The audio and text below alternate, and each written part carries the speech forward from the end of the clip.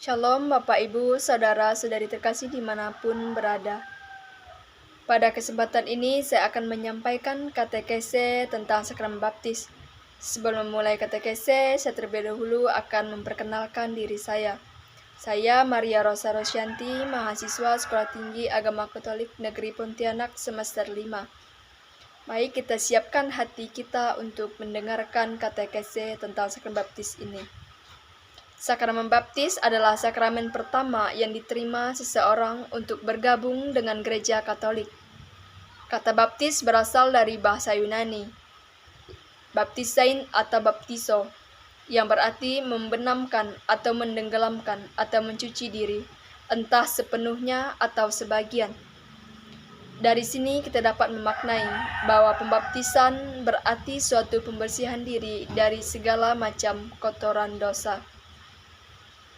Pada masa awal gereja, pembaptisan dilakukan dengan cara menenggelamkan seseorang ke dalam air. Namun dalam perjalanan sejarah, karena alasan praktis, pemercikan atau pengucuran dengan air sudah dipandang cukup dan sah sebagai ungkapan pembaptisan.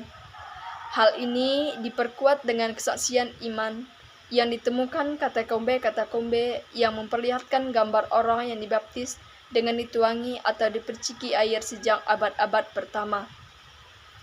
Sakramen baptis merupakan tanda dan sarana yang mengungkapkan iman akan Yesus Kristus, dan dengan menerimanya, orang akan menjadi anggota gereja. Menurut Injil, Yesus membaptis para muridnya, begitupun para muridnya membaptis orang-orang. Pembaptisan yang diperintahkan, Yesus dikaitkan dengan Allah Tritunggal Kudus yang Maha Esa. Pergilah, jadikanlah semua bangsa muridku, dan baptislah mereka dalam nama Bapa dan Anak dan Roh Kudus. Baptisan dikenal sebagai inisiasi Kristen, yang dilambangkan pembersihan dosa dan memasuki hidup baru, yang berarti membangun sikap dan semangat pertobatan, meninggalkan cara hidup lama dan mengenakan hidup baru. Baptisan juga melambangkan kematian bersama Yesus. Dengan masuk ke dalam air, orang yang dibaptiskan itu dilambangkan orang telah mati. Saat ia keluar dari air, menggambarkan kebangkitannya kembali. Dengan menerima pembaptisan, kita dimasukkan ke dalam misteri Kristus. Kita mati, dikuburkan, dan bangkit bersama Dia. Kita menerima roh pengangkatan menjadi putra Allah. Orang yang dibaptis mempunyai kewajiban untuk mengambil bagian dalam imamat, kenabian dan rajawi Kristus. Artinya ia ikut ambil bagian dalam korban Kristus, tugas pewartaan dan pengembalaan Kristus. Baptis memberi tanda bahwa kita menjadi milik Kristus selamanya karena memperoleh materai kekal, tanda yang selamanya tak terhapus. Umat yang telah meninggalkan iman Katoliknya dan kemudian kembali ke pangkuan gereja Katolik tidak perlu dibaptis lagi, tetapi secara pastoral perlu menyatakan tobatnya di hadapan umat beriman. Penerimaan baptis dapat dikategorikan dalam baptis dewasa, baptis bayi atau anak, dan penerimaan resmi. Baptis dewasa adalah baptisan yang diberikan kepada yang sudah berusia genap 7 tahun dan yang sudah dapat menggunakan akal budi secara cukup.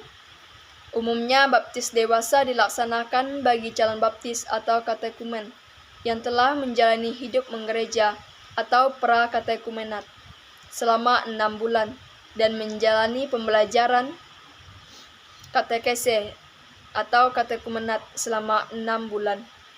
Diharapkan juga dilakukan masa pendalaman iman lanjutan bagi baptisan baru atau mistagogi.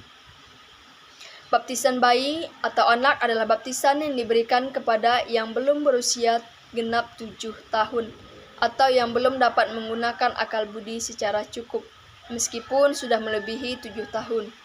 Dalam hal ini, yang diberi pelajaran adalah orang tua dan wali baptis mengenai makna sakramen baptis dan hak serta kewajiban yang melekat pada baptis.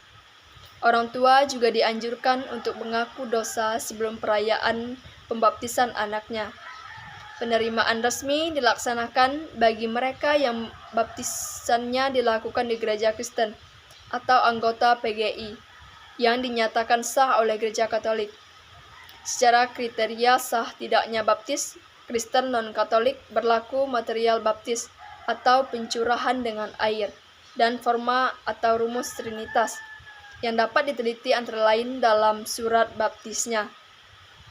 Masa pembelajaran mengikuti masa pembelajaran baptis dewasa. Pelayan baptis adalah uskup, pastor paroki atau vikaris parokial, dan diakon yang ditunjuk paroki, pastor paroki, dan sedang bertugas di paroki tersebut.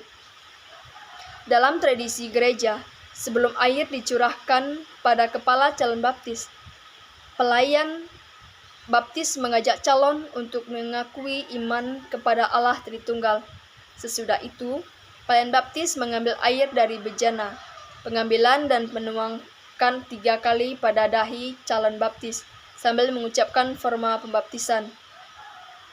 Atau sambil menyebutkan nama calon baptis tersebut, mengucapkan, "Aku membaptis engkau dalam nama Bapa dan Putra dan Roh Kudus." Pelayan baptis kemudian mengurapi ubun-ubun orang yang dibaptis dengan minyak krisma dan mengenakan kain putih, serta memberikan lilin yang bernyala kepada mereka. Material yang dipakai sebagai sarana sekaligus tanda mempunyai makna sebagai berikut. 1. Air. Dengan air, baptisan dibersihkan dari dosa dan diberi kehidupan baru. 2. Minyak krisma. Dengan minyak krisma, baptisan diserupakan dengan Kristus yang diurapi Roh Kudus. 3. Kain putih. Tanda ciptaan baru yang mengenakan Kristus. 4. Lilin.